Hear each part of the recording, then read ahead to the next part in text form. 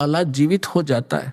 जब जानू मेरी बेटी मैंने 2 महीने से कब्र में दबा रखी है, यदि मेरी लड़की को जीवित कर देगा मैं मान लूंगा कबीर इज गॉड, कबीर अल्लाह है, और नहीं तो ये भगवान नहीं है, फिर डंडोरा पीट दूंगा। अब फिर चिंतित हो गया कि सिकंदर लोधी कि इसने तो कोई ना कोई सिर दर्द मेरा बना के ही रखना है। तब कबीर साहब को पता चला टेंशन का। तब कबीर साहब ने कहा कि ऐसा करो सिकंदर, इनसे कहो आप आसपास के अक्षेत्र में अनाउंसमेंट कर दो कि तीसरे दिन शेख तकी की बेटी कब्र से निकालकर कबीर जीवित करेगा, कबीर जी। अब सिकंदर जी को तो पता था कि जो कह दिया फाइनल। उसने तुरंत मुनादी करवा दी। सारे आसपास लाखों की संख्या में लोग एकत्रित हो गए जिस दिन मालिक ने समय रखा था।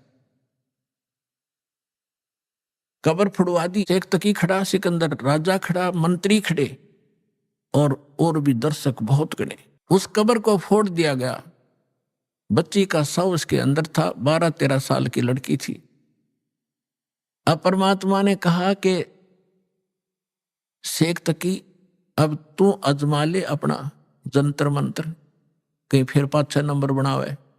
तो वहां उपस्थित सभी व्यक्तियों ने कहा जी अगर इसके पास कोई शक्ति होती तो अपनी बेटी ने कौन मिट्टी में दाब के जाता, ये तो फेल है इस मामले में, आप दया करो।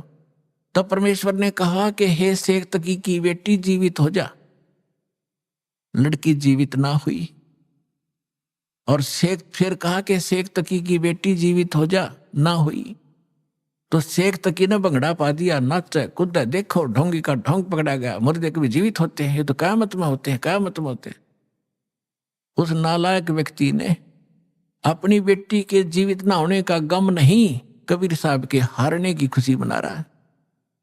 तो ये होते हैं साकेट प्राणी के लक्षण। सामने भगवान खड़ा और उसके साथ खसने लग रहे। परमात्मा ने तीसरी बार फिर कहा, वह फिर भी नहीं हुई।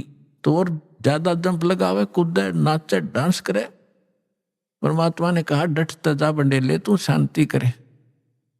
वो तो उसको दिखाना था उसकी नीचता जनता को कि ये अपनी बेटी को जीवित कराने में खुश नहीं है, ये तो कबीर जी को हराने में खुश है। ऐसा साकेट व्यक्ति है। उसी समय परमात्मा ने कहा कि हे जीवात्मा जहां भी है तू कबीर हुक्म से वापस आ और इस बेटी के शव में प्रवेश कर, बेटी वापस आ। 2 सेकंड के अंदर लड़की जीवित होकर मालिक के चरणों में दंडवत प्रणाम किया। बोलो सतगुरुदेव।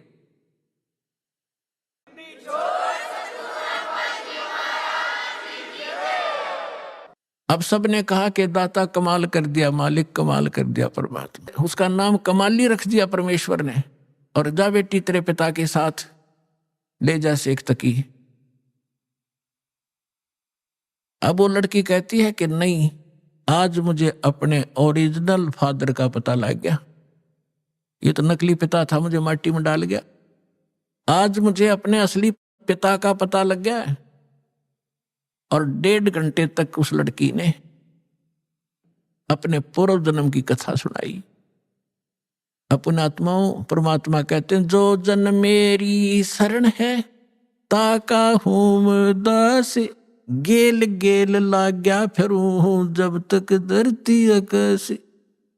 अब ये जो पिछली पीढ़ी का समय अब चल रहा है, और जितने पुण्यात्मा श्रद्धा से नाम लेंगे ये तो पार होंगे ही होंगे। ये तो करोड़ों की संख्या में, लाखों अरबों की संख्या में पार होंगे।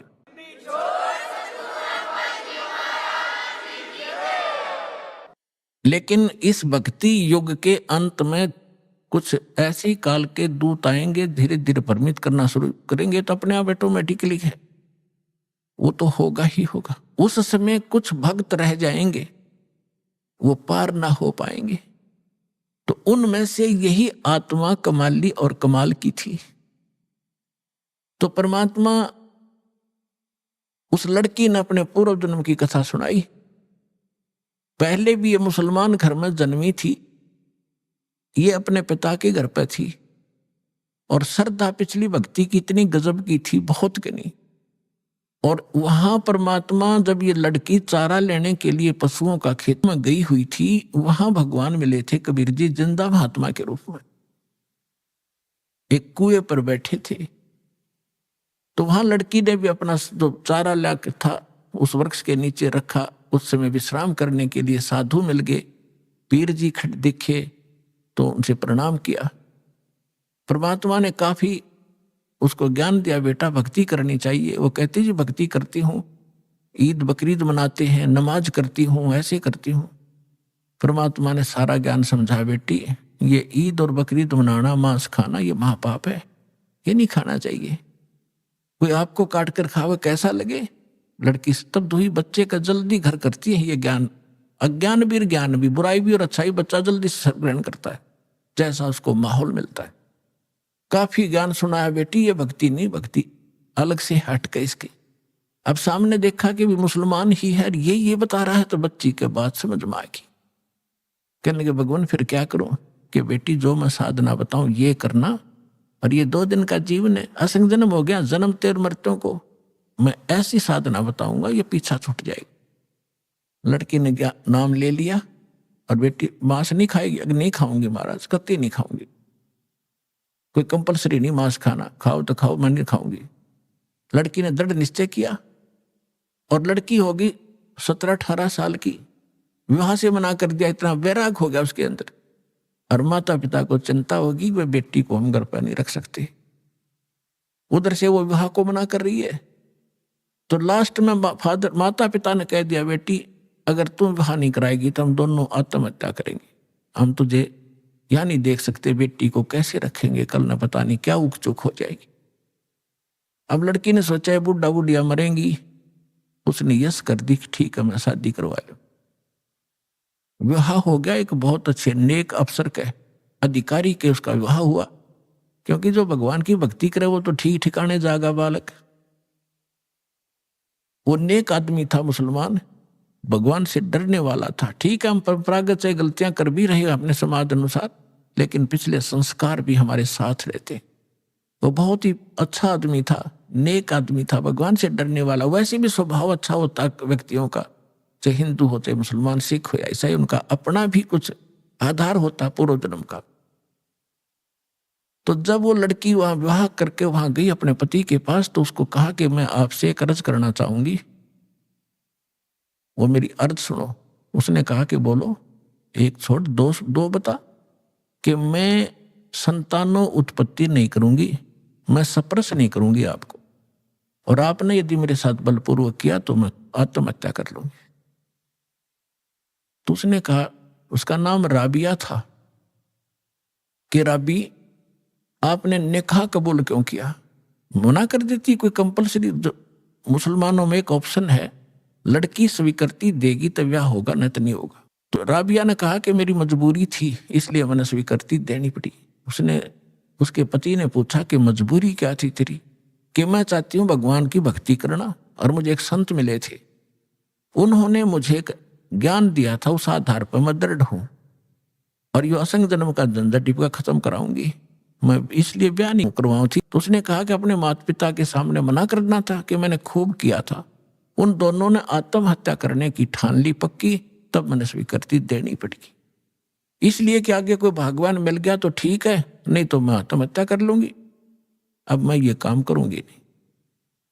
वो दयालु था, उसने कहा। और मुसलमानों में अनेक शादियां हो जाती हैं, एक कोई खास बात नहीं उनके लिए। तो उसने कहा, राबिया जैसे तुम्हारे माता पिता लोक लाज मर्यादा के कारण आत्महत्या तक नौबत आ गई थी, ऐसे हमारी भी मर्यादा है। ठीक है मैं वचन देता हूं, आज के बाद तो मेरी सिस्टर की तरह रहेगी, लेकिन समाज की दृष्टि में तूने मेरी पत्नी की तरह रहना पड़ेगा, और तेरे लिए अलग स्थान बना दूंगा, खूब भक्ति कर, पर मरिए मत, ये पाप मुझे लगेगा, मैं अपना और विवाह करा लूंगा। तो उसने ऐसा ही किया। महापुरुष ने अलग से उसका कमरा नारा बना दिया, और बैठ अपनी भक्ति कर, उसने ब्याह करवा दिया। जब वो राबिया 50 वर्ष के ऊपर होगी, और वो देखा करता था, ये तो बाहर झांकती भी नहीं किसी गैर पुरुष की तरफ, भक्ति और के अतिरिक्त ही अपना काम धंधा रोटी बनाई खाया, इससे अधिक कोई काम नहीं जानती। उस लड़की ने क्या गलती कर दी? वहां जाने के बाद सत्संग का अभाव हो गया, भगवान फिर मिले नहीं। परंपरागत लोक वेद के आधार से मालिक वाली साधना जो उसने प्रथम मंत्र दिए थे वो त्याग दिए। और वहां जो समूह था, जैसा भी साधना चल रही थी वो ये करने लगी, नमाज नमोज, मांस नहीं खाती थी वो। ईद बकरीद के दिन रोजे अवश्य रखती थी, लेकिन वो मांस नहीं खाती थी। जब वो 50-55 वर्ष की होगी तो उनके अंदर एक विशेष धारणा बनी हुई है लोकवेद के आधार से मुसलमानों में कि जो हज नहीं करके आवेगा उसकी मुक्ति नहीं। तो उसने अपने पति से कहा जी मैं हज करना चाहती हूं। उसने कहा जाओ, बहुत खुशी की बात है, आपका तो उद्देश्य यही है, अभी कल्याण हो किसी तरह, आपके लिए कोई ऊंट की सवारी का प्रबंध कर देता हूं। उसने कहा नहीं। राबिया ने कहा नहीं, मैं पैदल जाऊंगी, और भी बहुत से लोग जा रहे हैं, मैं उनके साथ चली जाऊंगी। अच्छा जाओ फिर। अब वो चल पड़ी, अपने आत्मा देखते जाना इसका रिजल्ट क्या है भक्ति का। हमने आज तक छोटे मोटे चमत्कार किसी के देख लिए, उसी को सिद्ध और महात्मा और भगवान मान लिया। ये अध्यात्म ज्ञानहीनता थी। अब लड़की जा रही थी, वो माई, और सफर में कोई आगे चला गया, कोई पीछे रुक गया। उस समय वो अकेली जा रही थी। रास्ते में उसको प्यास लगी, खुद स्वयं को सामने कुआं देखा, कुआं था, कुएं पर बाल्टी नहीं थी, ना कोई रस्सी थी। एक कुतिया प्यासी थी, उसके बच्चे छोटे छोटे दूरी पर उसने देख लिए थे। और कुतिया कभी कुएं में झांक रही थी, कभी राबिया के पैरों में आकर चाट रही थी, फिर कुएं की तरफ भाग रही थी। समझ गई राबिया कि ये प्यासी बहुत है, और यदि इसको जल नहीं मिला तो ये मरेगी, साथ में मरेंगे बच्चे इसके। और औरत के अंदर दया भगवान ने एक नारी दे रखी, विशेषकर बच्चों के समय। तो वह एकदम, और कुछ पिछले संस्कार थे, भगवान आत्मा थी, भगवान से कोई जन्मों से पीछे से चलती आ रही थी। फिर हम रह जाते हैं, बिचल जाते हैं, छोड़ देते, इस माया में फंस जाते। तो उस लड़की ने देखा आसपास कोई गांव नगर नहीं, ना कोई रस्सी है ना बाल्टी। लड़की ने अपने कपड़े उतारे, पहले मोटे मोटे कपड़े हुआ करते थे हाथ के बने हुए, अपना कपड़ा उतारा, चुंदड़ी, और अपने बाल पाड़े। 2-4 बाल पाड़ के देखियो कितना दर्द होगा। लेकिन उस परमार्थ में उस बेटी ने एक नहीं देखा, फटाफट अपने सारे बाल पाड़ कर रस्सी बनाई लंबी, बहुत लंबी रस्सी बनानी पड़ी क्योंकि पानी गहरा था। बांध कर उसने अपनी कपड़ा और उसके अंदर पानी में भिगोया, और बाहर एक मटका टूटा हुआ पड़ा था, उसका पात्र था आधा, उसमें निचोड़े कुतिया साथ साथ पीवे। वह कुतिया छका दी, अपने बाल बूढ़ खून खान निकला था उसको पूछ पाछ के, और चालन की तैयारी करी थी। उधर से वो मक्का एक स्ट्रक्चर, एक मंदिर न्यों का न्यों उठ गया जहाज की तरह, और उस कुएं के साथ में आकर लग गया, जैसे प्लेटफार्म पर गाड़ी लग जाती है, रेलगाड़ी। अब उसने देखा, उसने जाना ही मक्का में था, उसने सोची तो पहुंच गई मक्का, फट मक्के में प्रवेश किया। फिर वहां से उठा, वहां के लोग दे हैरान है, मक्का गया कहां। उस समय एक अब्राहिम अधम नाम, सुल्तान नाम का एक व्यक्ति था, वो अपने पूर्व जन्म में भी संस्कारी था, ऐसे ही भगवान का ही वो पिछला संस्कारी था। और उसको भी उस जन्म में परमात्मा कबीर जी मिले थे, जिंदा महात्मा के रूप में, उसको भी ज्ञान दे रखा था। और वो सुल्तान अधम वाली आत्मा, सुल्तान अधम तो वो आगे आके बना है, वही आत्मा उस मक्का में गई हुई थी मुसलमान होने के नाते, कि वहां के लोगों को समझाऊंगा कि ये साधना गलत है। तो वहां वो प्रचार कर ही रहा था बैठ के, तो लोगों ने पूछा ये मक्का कहाँ गया। तब अर्ध सुल्तान ने कहा, उस आत्मा ने कहा कि मक्का नहीं मकाम, और गया रांड के लेन को नो कह अदम सुल्तान। अब सुल्तान अदम तो ये कह रहा है कि एक रांड को लेने गया, निकम्मी औरत को। अब आम आदमी का गला कैसे उतरा कि निकम्मी आदमी औरत को के लिए मक्का चला गया। लेकिन वो किस दृष्टिकोण से कह रहा था, कहते सुल्तान अधम मक्के गया, मक्का नहीं मुकाम, गया रांड के लेन कोन्यों कहे अदम सुल्तान। वो कहने लगे कि आप क्या बात है, कैसे, किसको लेने का, इतने मक्का वापस आ गया। उसमें वापस आया तो वो लड़की जिसके सिर पर बाल नहीं, सारी कहानी उसने बताई और देखने वाले भी आसपास निकट इकट्ठे हो गए थे, कैसे हो गया। वो भी मक्के में चढ़ लिए साथ में। तो आकर जब उसने पूछा कि क्या कारण हुआ, उन्होंने सबने मिलकर बताया कि ऐसे ऐसे इसने एक कुतिया और उसके बच्चों की जान बचाई, बाल पाट कर रस्सी बांट के पानी पिया, और ये उद्देश्य लेकर यहाँ आ ही रही थी, तो भगवान ने इसके लिए मक्का ही भेज दिया। तो इतनी प्रशंसा की पात्र बन गई पूरे मुसलमान धर्म में कि भक्ति हो तो राबी जैसी, भक्ति हो तो राबी जैसी, जिसके लिए मक्का भी उठकर चला गया। लेकिन क्या इससे मोक्ष था उसका? फिर इब्राहिम सुल्तान से पूछा कि आप इसको ऐसी निकम्मी लड़की क्यों कह रहे थे, इसने तो ऐसा कुर्बानी कर दी, जिसके लिए मक्का चला गया, उसको आपने कैसे कहा ये निकम्मी लड़की है? तब इब्राहिम सुल्तान वाली आत्मा ने कहा कि यह निकम्मी है, इसको भगवान मिले थे जिंदा महात्मा के रूप में, रिश्नवा भक्ति छोड़ दी, ये डलेट हो रही है, इसलिए निकम्मी है। उसके बाद मेरी प्रशंसा हो रही है, अगला जन्म मेरा एक बांसुरी का हो गया। एक बांसुरी नाम की लड़की बनी मैं, और गाने गा गा के इतनी सुरीली आवाज से पर धार्मिक भगवान की शब्द सुनाया करती थी, बहुत प्रसिद्ध होगी। और वह भी फिर वृद्ध हुई जब मक्के में गई। अब मक्के में जाकर उसने पता था कि जो मक्के में मरता है, ऐसा ज्ञान सुन रखा था लोक वेद से, वो सीधा भिष्ट जाता है, स्वर्ग में जाता है, हेवन में जाता है। लड़की ने सोचा हेवन के लिए तो ये सारा कुछ कर रहे हैं, और मक्के में मरने से हेवन मिलता है, स्वर्ग मिलता है, तो वहीं कर्द से अपनी तलवार से गर्दन काट दी, मक्के में चढ़ा दी। सबको वाह वाह की पात्र बन गई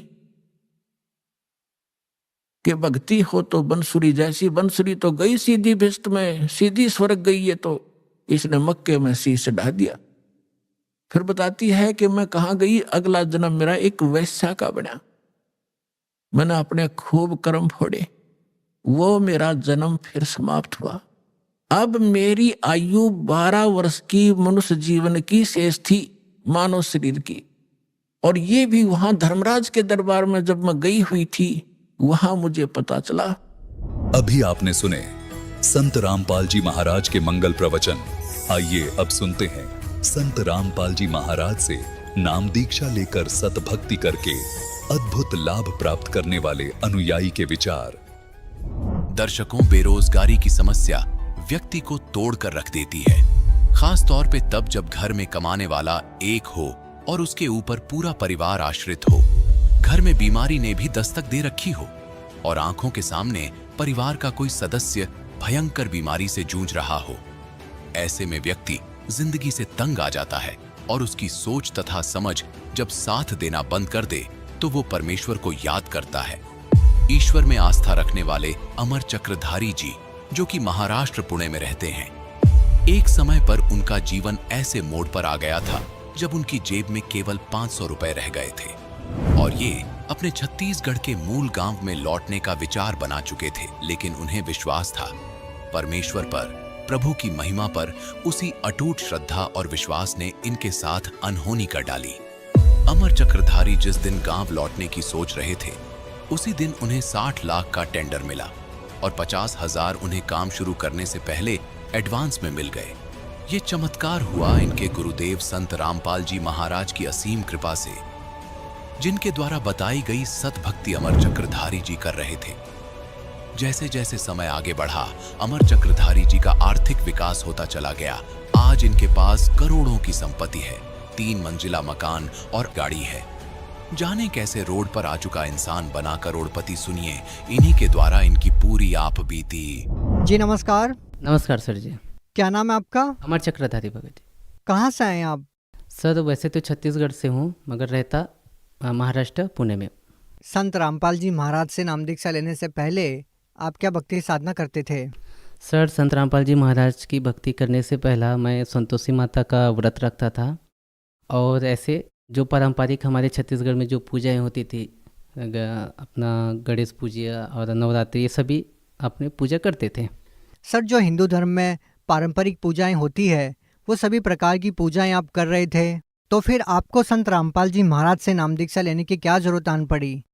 सर, ये सब पूजा करते हुए भी अपने को ये खाली कुछ भी लाभ नहीं होता था भगत। इतने सारी अपन पूजा करते थे मगर अपने हाथों में कुछ भी नहीं आता था। बहुत सारी पूजा करने के बाद ऐसा दिखता था नहीं था कि अपने को कुछ लाभ हुआ हो अपनी ज़िंदगी। इसलिए थोड़ा सा कि पिताजी ने हमको ये बोला कि भाई ऐसा ऐसा भक्ति है तो आप करके देखो। तो हम वो बार बार इग्नोर करते थे कि हाँ, इस बाबा बाबा के चक्कर में पड़ेंगे और ये अपना ठीक है, इतना अपना अच्छा चल रहा है। तो पिताजी फिर भी बार बार हमको प्रेशर करते थे, नहीं भाई कर लो कर लो। तो मैंने ऐसे एक बार चैलेंज कर दिया था, नहीं तुम्हारा गुरुजी, चलो मुझे तो टाइम नहीं मिलता, 7 बजे से सुबह काम पे लगने के बाद 7 बजे तक काम करता हूँ, और तुम्हारा गुरुजी क्या मुझे खाने पीने को थोड़ी ना देगा। टीवी लेने के लिए बोलते हैं, टीवी लेने के लिए क्या तुम्हारा गुरुजी पैसा देगा क्या? तो पिताजी ने भी ऐसा ही बोल दिया कि हाँ क्यों नहीं देगा, अपना गुरुजी सबको देता तो तुमको भी देगा। ठीक है, मैं तुम्हारे गुरुजी को देखता हूँ और मैं बोलता हूँ, फिर मैं लेता हूँ यानी कि टीवी, आपका गुरुजी पैसा दिया। तो बाद में क्या हुआ भगत जी, मैंने टीवी ली। भगत जी फर्स्ट टाइम ही मेरे को, जब भी मैंने मेरे पिताजी के बोलने से मैंने वो सब किया, बाद में मुझे 3 लाख रुपए का 3 महीने में ऐसा लाभ हुआ। तब उस समय मैं जुड़ा नहीं था। बाद में मेरे दिल में ऐसे जगह बन गई, यार इतना ये कैसा क्या हो गया। तो बाद में पिताजी ने मैं बोला, देखो कितना तुमको अच्छा लाभ हो गया, अभी तुम क्या करो, नाम दीक्षा लो और वो भक्ति करो। तो मैं उनको झूठ मूठ का ऐसा ही बोल दिया कि ठीक है अपन करेंगे। बाद में मेरी शादी तय हो गई। शादी में कैसे भगत जी, छत्तीसगढ़ में मेरा शादी होना था तो मेरे शादी में 4 बकरे कटना था।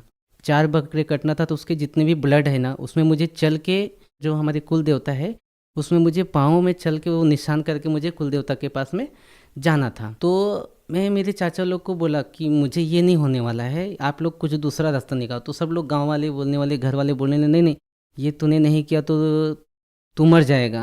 तो मैं बोला नहीं मुझे मालूम नहीं, मैं मर जाऊंगा, जिंदा हो जाऊंगा, ये मुझे मालूम नहीं, मुझे ये अच्छा नहीं लग रहा, मुझे नहीं करना है। सब लोग ने बोला कि पहले इसका पापा पागल है इस लाइन में जुड़ने के बाद में, अभी बेटा भी कैसा रूखा बात करता है, अभी इसके घर में कुछ तो बड़ा कलेश होने वाला है। मैंने उनको बोला जो होगा देखा जाएगा, आप लोग शादी की तैयारी करो। बाद में शादी तैयारी करने के बाद में भगत जी मैं गांव गया, मेरी शादी हो गई। शादी होने के बाद में मैं अपना फिर महाराष्ट्र आ गया।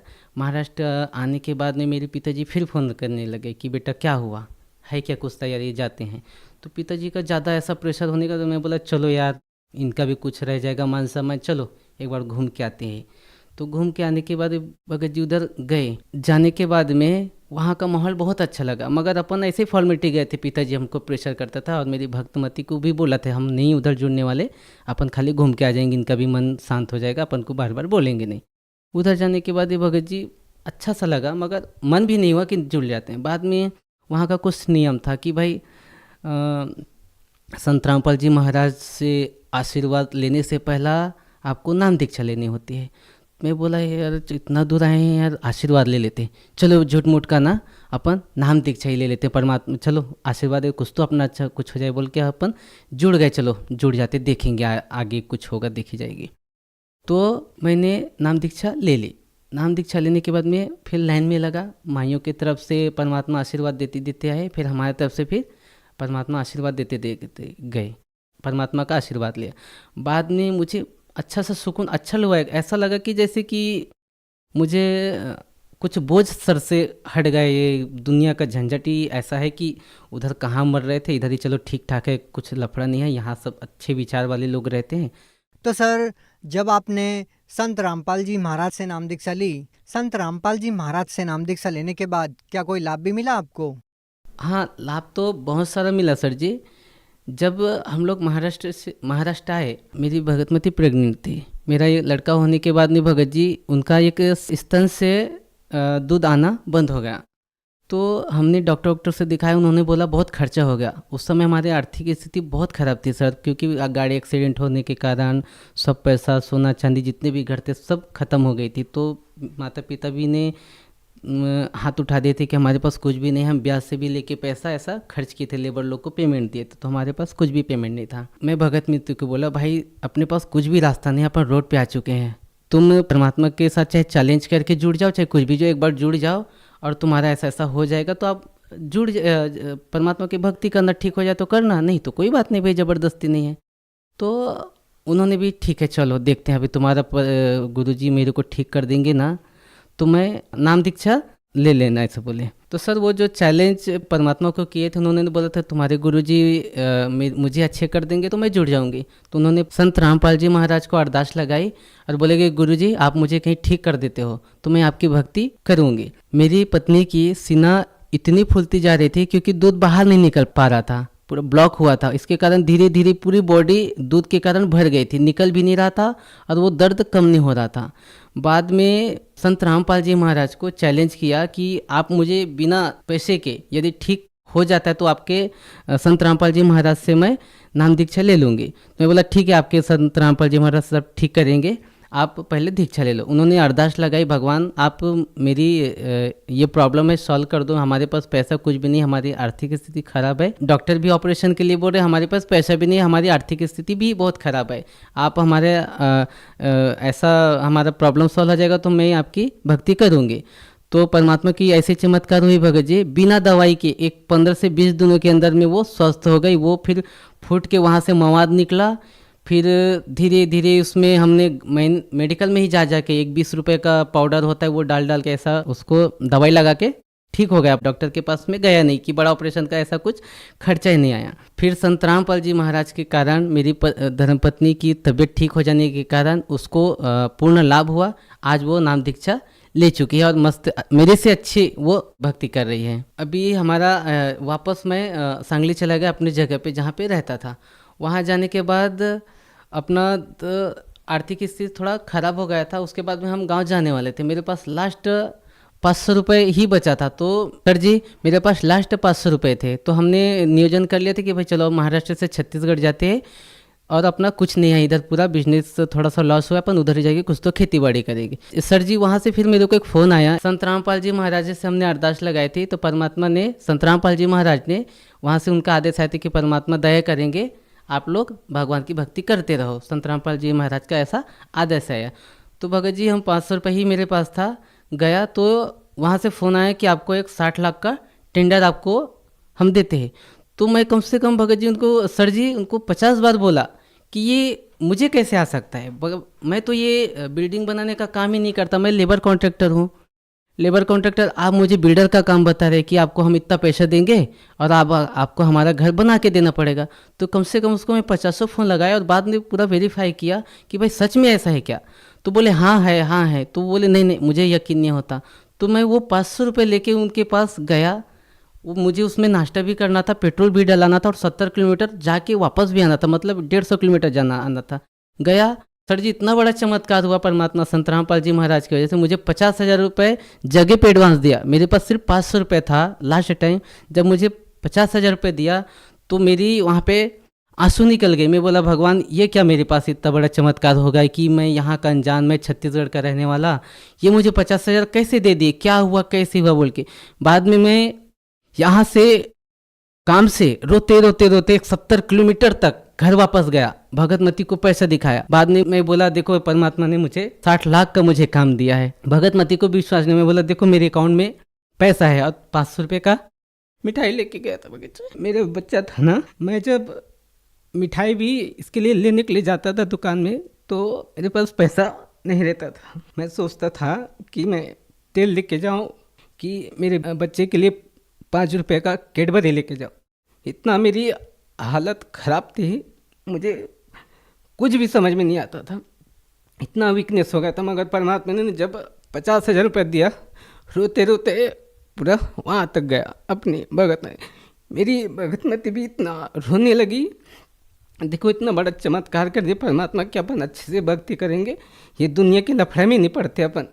सब जो दुनिया अपने को रखे या ना रखे, संत रामपाल जी महाराज को जिंदगी भर अपन छोड़ेंगे नहीं। जान दो दुनिया की अपना अपन दुनिया की सुनने वाले नहीं, अपने छोकर गांव निकाला करे, चाहे दुनिया से कहीं से भी कुछ भी, अपन परमात्मा को नहीं छोड़ेंगे। ये इनका जीवन दान देने का मेरे को भगत जी अभी के डेट में कम से कम 60 लाख मुझे काम मिलने के बाद भगत जी सर जी मैंने उनका पूरा काम कंप्लीट किया।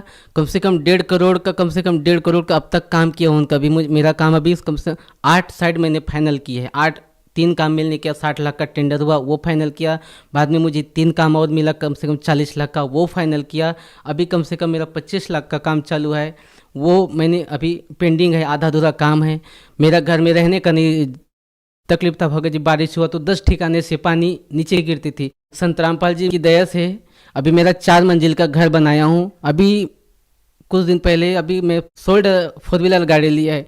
पूरे गाँव वाले बोलते कि भाई इनके पास क्या सोने का खान मिला है, मगर उनको बोलते सर जी कि भाई संत रामपाल जी महाराज के शरण में आने के बाद में हुआ थोड़ा तकलीफ हुआ स्टार्ट में। परमात्मा अपनी वाणी में बोलते हैं कि धीरे धीरे रे मना धीरे सब कुछ होए, माली सींचे 100 घड़ा ऋतु आए फल होए। सर मैं लूट पिट चुका था, सिर्फ मैं लास्ट में मेरा 500 रुपये ही था। परमात्मा की दया, संत रामपाल जी महाराज की दया की वजह से 60 लाख का मुझे काम मिला। अभी मेरे करोड़ों का बिजनेस चालू है, 4 मंजिले का घर टिका लिया हूँ। मेरे गांव में क्या सर जी, आसपास की एक 20 किलोमीटर 50 किलोमीटर आप भी घूमेंगे तो किसी का 4 मंजिल मकान नहीं है। सोल्ड मैंने गाड़ी ले ली। अभी परमात्मा की दया से, संत रामपाल जी महाराज की दया से अभी भगत जी मैं अपने एरिया में टॉप में हूँ। सब बोलते कि भाई ये अच्छे लाइन में जुड़े। पहले तो हमको कोसते थे कहाँ ये अपने ज़िंदगी बर्बाद कर। अभी इस परमात्मा का भी उन लोग भी बोलते संत रामपाल जी महाराज का ज्ञान अच्छा है और वो भी अभी सहयोग करते हैं मेरे गांव में। आपको मैं एक और बात बताना चाहता हूँ, जब हम गांव में रहते थे तो हमारा दारू का धंधा था, चिकन मटन का धंधा था, बकरी बेचते थे, मुर्गी बेचते थे, कबूतर, ये सब चीज़ बेचते थे। हम क्या करते थे, 10 दारू की जो बोतल रहती थी उसको हम खोल के 10 का उसमें पानी डाल के उसको 15 बनाते थे और उसको सही तरीके से लेवल लगा के सब बेच देते थे। मतलब 2 नंबर का काम सब करते थे। फिर सिगरेट पीता था मैं, इतना सिगरेट पीता था कि मेरे हाथों से सिगरेट हटती नहीं थी। जब तक मेरा 2-3 पैकेट 4 पैकेट ख़त्म नहीं होता था, 12-1 बजे 2-2 3-3 बजे तक जगता था। सर हमको टेंशन आ गई थी कि परमात्मा संत रामपाल जी महाराज के नियम में लिखा था तुमको यही नहीं करना, तुमको शराब नहीं बेचना, कुछ ये बकरे नहीं बेचना, बकरे नहीं काटना, ये नहीं करना। तो हमको टेंशन आया कि हमारा घर गृहस्थी कैसे चलेगा। संत रामपाल जी महाराज की दया से अभी ऐसा दया भगत जी मेरा भी करोड़ों का बिजनेस है। सब धंधा वो गोरख धंधा छोड़ने के बाद में अभी देखो भगत जी मेरे एरिया में परमात्मा ने मुझे शिखर पे पहुंचाया। अभी मुझे 1 रुपए की कहीं किसी से हाथ फैलाने की किसी की गरज नहीं है कि मैं किसी से 5 रुपये मांगू या 10 रुपये मांगू। परमात्मा ने मुझे शिखर पे पहुंचाया है। सर जी मैं परमात्मा मैं अपने संत रामपाल जी महाराज के लिए ये शब्द उच्चारण करता हूँ, क्योंकि मेरा भगवान और सब कुछ मेरा संत रामपाल जी महाराज। मुझे तो पता नहीं कि कौन क्या है, मगर मेरे लिए संत रामपाल जी महाराज मेरे लिए भगवान है। सर आप भगत समाज को क्या संदेश देना चाहते हैं? सर भक्त समाज को क्या संदेश दूंगा कि मेरा देखो ना सर जी, मेरा पहला कैसा था, हम लोग इतने दारू बेचते थे, सब बुरी सी धंधा करते थे, फिर भी हमको बरकत नहीं मिली। मगर संत रामपाल जी महाराज के शरण में आने के बाद में पूरी बुराई छूट गई और मेरा 500 रुपये लास्ट था। अभी परमात्मा ने उसको करोड़ों में परिवर्तन किया। ये मेरे साथ में लाभ हुआ है, चमत्कार हुआ है मेरे साथ में। तो आप भी आइए परमात्मा के संत रामपाल जी महाराज के शरण में और अपना जीवन कल्याण कराइए। जी बहुत बहुत धन्यवाद। धन्यवाद सर जी।